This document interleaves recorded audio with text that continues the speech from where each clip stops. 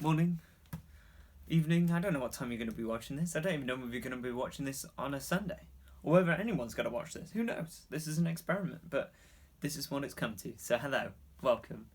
I hope you've enjoyed the session so far. Hopefully you've played the game. Apologies if you got wet during that game. I hope you dry off soon. And hopefully you managed to remember the memory verse, which was Philippians 4 verses 4 to 8. And before we do that, I just wanted to ask a question. Settle debate for me. Is this glass half empty or half full? I suppose really, it depends what you're measuring. Because if you're measuring water, it's half full, but it could be half full of air. Just a full, I don't know. And I wonder what your first response to things going bad is. So when there's tough situations, things have gone wrong, everything's in turmoil,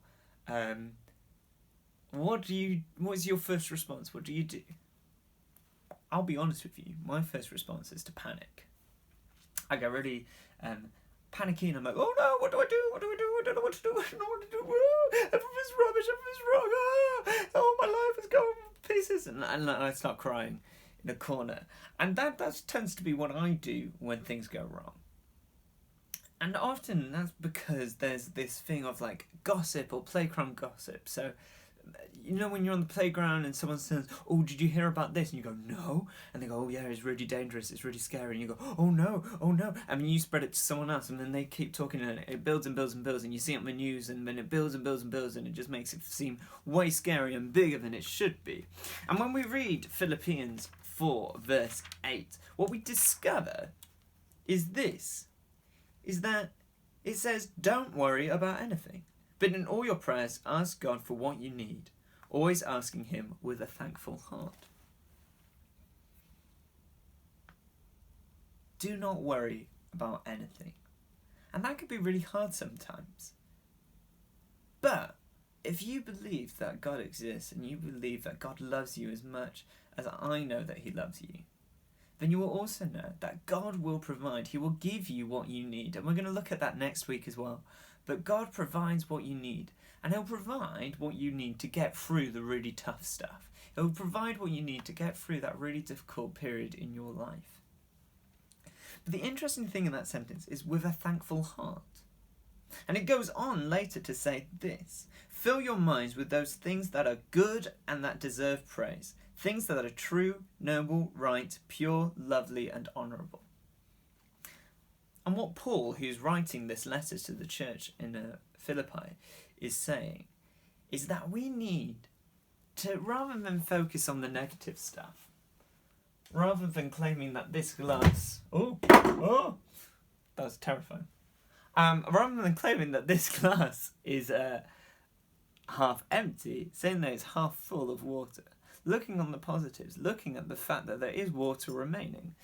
And we're in a time now where things are a little bit scary and things are going a bit crazy and church has been cancelled and you could build your head and your head could explode with panic. But really, we need to be thinking of what we are grateful for. Yes, there's stuff happening in the world which is scary and intense, but actually, there's a lot of good things too. First of all, what about your house? The fact that you have a house that you can live in, or a bed, or food, or hand sanitizer. Hand sanitizer's a miracle as far as I'm concerned, and which is keeping us safe.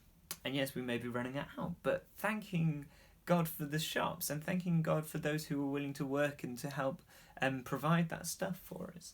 Or thanking God that it's a nice day. It's a nice day right now when I'm filming this. It might not be on Sunday, so I don't know. Or what about your friends? Thank you that you've got friends. Thank you that you've got a family who can love you and look after you. I'm challenging you today. Think about 10 things that you are grateful for and thank God for them. And then answer the questions down below. I'm going to see whether this is alright. I'm sure it is. I hope you have a really lovely Sunday. And I shall speak to you soon via YouTube. God bless. Take bye.